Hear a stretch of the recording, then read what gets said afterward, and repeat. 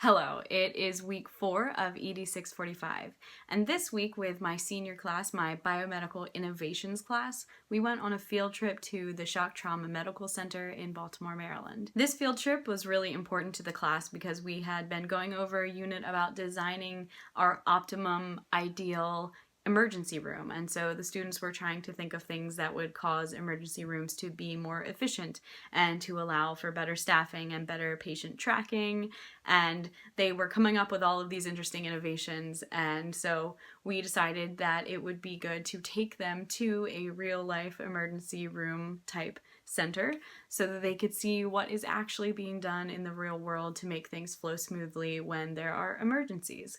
and then maybe for them to be able to brainstorm things afterwards that might make it a little bit better. The students had a really great time on the field trip. They were also able to see the parts of shock trauma that weren't specifically dealing with emergency cases. A lot of shock trauma has to do with education, and so they had a whole suite of rooms that had training tools that were there to help doctors and to help nurses and to help all of these medical professionals to get training for different procedures and different types of emergencies. As you can see from this clip, the students were practicing their skills at laparoscopic surgery, and then they got to go later and see a mannequin that was able to simulate a lot of different types of medical emergencies. So they had a really great time, and it was really cool to be able to see how we were able to apply what we were teaching in the classroom to the real world and get the students actually there and physically interacting with things that use what they were learning in class in real life. In the 9th grade biology class this week, they started the week off taking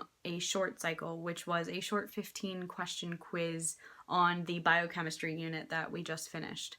And it was a tough one. The students really struggled with it, and we gave them the opportunity to do a redo so they can get some more points. But they just really struggled with it, and what it made me realize was that our students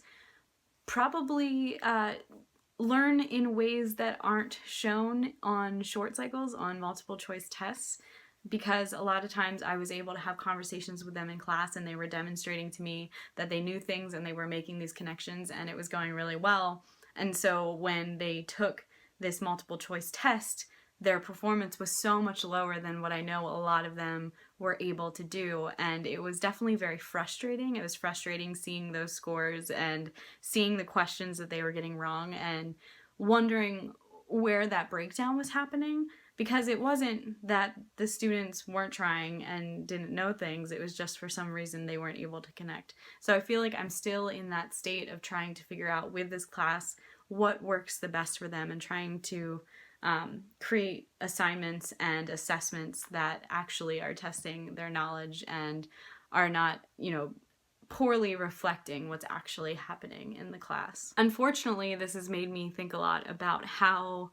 not appropriate a lot of standardized tests are for testing how well students are doing in the classroom. With my class, clearly multiple choice testing is not the answer. Multiple choice testing is not going to show you what these students are truly capable of doing. I guess what I really need to do is find ways to assess them in class for their grades that aren't only multiple choice tests like the Baltimore County curriculum has. The Baltimore County curriculum has built-in short cycles and benchmark tests that are made to prepare students for the HSA, the Biology High School Assessment. But this is also the last year that the Biology HSA is going to be a thing. Now, there is still going to be standardized testing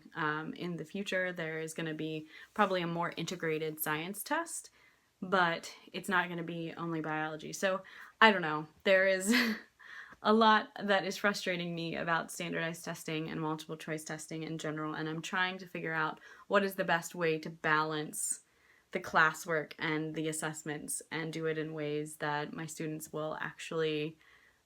be able to show what they know. And a lot of times what we've been doing in class when we have had them do projects where they can create a wanted poster for a macromolecule, or they can do labs and talk through what's going on, that's where I'm seeing the students really thrive. That's also something that I've been thinking a lot for when working on my teaching philosophy, is figuring out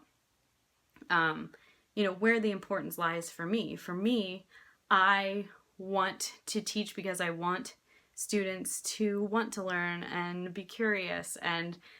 a multiple choice test does not encourage curiosity in the way that a project or some sort of debate or something like that, some sort of more, I